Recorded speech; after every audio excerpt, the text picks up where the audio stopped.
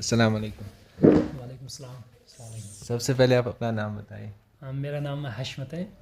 हशमत, आप क्या काम करते हैं? मैं एज ए फार्मासिस्ट काम कर रहा हूँ। अपनी उम्र आप बता दीजिए हमें। मेरी इस टाइम 22 ईयर्स है। तो हशमत, आपसे हम ये जानना चाहेंगे कि कश्मीर का मौसम कैसा होता है? कश्मीर का मौसम एक्चुअली मुख्तलिफ होता है। यूजुअली 4 सीज़न होते हैं इसमें, समर विंटर एंड स्प्रिंग जो और ऑटम है। तो यहाँ पे अगर हम विंटर की बात करें तो कश्मीर जो हिली एरियाज आता है तो यहाँ पे बर्फ़ ज़्यादा पड़ती है विंटर्स में। स्पेशली अगर या दिसंबर या जनवरी की बात करें।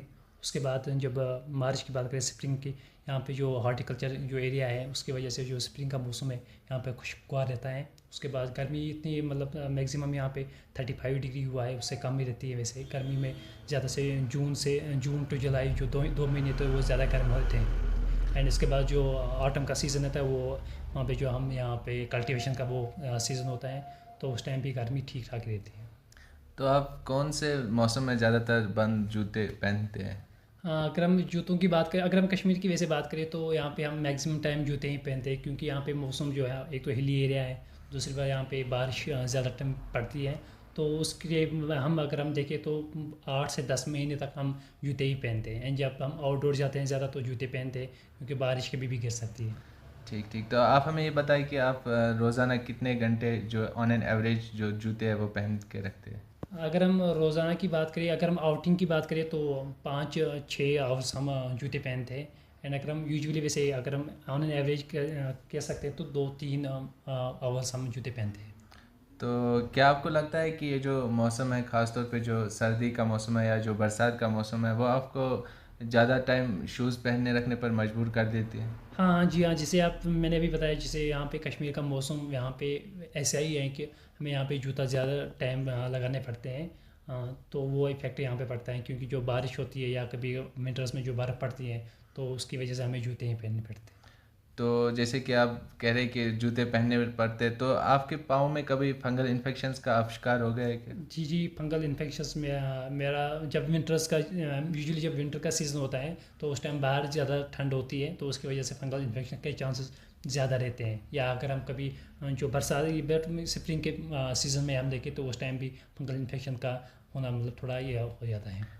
तो कितने फ्रीक्वेंसी के साथ ये फंगल इन्फेक्शन जो हो जाते हैं, मतलब साल में एक दफ़ा या महीने में हाँ, अगर हम ऐसे देखें तो साल में मतलब महीने की बात नहीं की, लेकिन साल में 2-3 दफ़ा तो होता है। एक तो विंटर्स के सीज़न में हो जाते हैं, इस तरह से अगर स्प्रिंग में जब बारिश ज़्यादा पड़ती है उस टाइम भी हो सकते हैं। एंड या जो समर की अगर गर्मी ज़्यादा हुई उस टाइम, या कभी और ह्यूमिडिटी ज़्यादा पड़ती है उसकी वजह से भी फंगल इन्फेक्शन हो जाता है। ठीक। तो जो ये फंगल इन्फेक्शंस हो जाते हैं, तो कौन कौन से सिम्टम्स का सामना होता है जब एक पैर में ये फंगल इन्फेक्शंस हो जाते हैं? अगर हम फंगल इन्फेक्शन की बात करें, जब फंगल इन्फेक्शन होता है तो ईचिंग होती है उस टाइम, जहाँ पे जो साइट होती है वहाँ पे रेडनेस होता है। एंड इसी तरह से अगर आप देखें तो थोड़ा सा इन्फ्लेमेशन, ज़्यादा नहीं लेकिन थोड़ा सा हो जाता है उसमें। तो क्या आपने कभी इन फंगल इन्फेक्शंस से मतलब इसके इलाज के लिए किसी डॉक्टर को कंसल्ट किया है, या किस किस्म का इलाज का इस्तेमाल करते हैं? जी जी, जो फंगल इन्फेक्शंस के लिए जब मैंने एक डॉक्टर से मैंने कंसल्ट लिया था तो उसने मुझे जो एंटी फंगल्स जो ऑइंटमेंट आते हैं या क्रीम्स आते हैं, लाइक ल्यूलिकेनाजोल आ जाता है, ये इसी तरह से कैंडिडास बीजी आता है, या BNC बेटावेटाइन आ जाता है। वो डिफरेंट कुछ ऑइंटमेंट्स हैं, आर डी क्रीम्स थे जो हमें यहाँ पे हम उसको फिर ये लगाते हैं, उसकी वजह से मुझे काफ़ी ठीक हुआ फंगल इन्फेक्शन।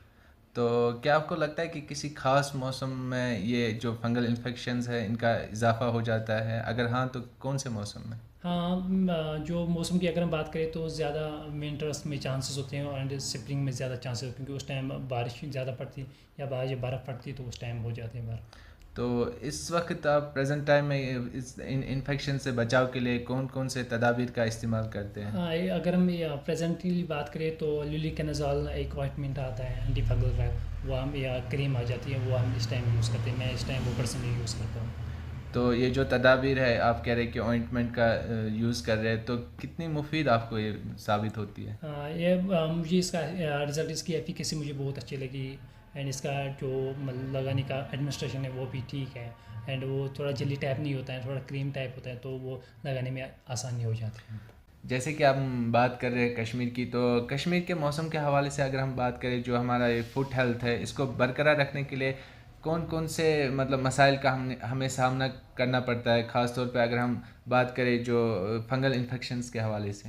हाँ, देखिए जैसे कश्मीर की अगर हम बात करें, कश्मीर की मौसम ख़ास पर्टिकुलर अगर हम बात करें तो यहाँ पे एक जैसा मौसम नहीं रहता है। यहाँ पे ठंड होती है, अभी मतलब गर्मी भी हो सकती है, स्प्रिंग में बारिश जब पड़ती है तो वहाँ से कीचड़ उठता है। उसको बचाने के लिए हमें यहाँ पे सॉक्स लगाने पड़ते हैं, जिसकी वजह से हमें कवर अप, जो हमारे फुट हैं वो उसको कवर अप करने के लिए, फंगल इन्फेक्शन को बचाने के लिए हमें सॉक्स रेगुलरली पहनने पड़ते हैं एंड बदलने पड़ते हैं।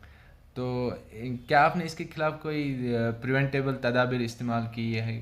जी, प्रिवेंटिव अगर हम इसमें हम प्रिकॉशंस की बात करें कि हमने कौन कौन से जो मतलब स्टेप्स उठाए हैं कि उसको बचाने के लिए, फर्स्टली जो हम अपने जो मतलब आसपास में जो ना सफाई का खास ख्याल रखें। एंड दूसरी, जब भी हम सुबह में जब हम सोने से पहले अपने हाथ पाँव को वॉश करना वो लाजमी है। इसी तरह से जब आप बाहर जाओ तो आप प्रॉपर सॉक्स लगा के एंड प्रॉपर जो आपके जूते हैं वो लगा के आप बाहर जाओ। जी, आपका वक़्त देने के लिए बहुत-बहुत शुक्रिया। शुक्रिया।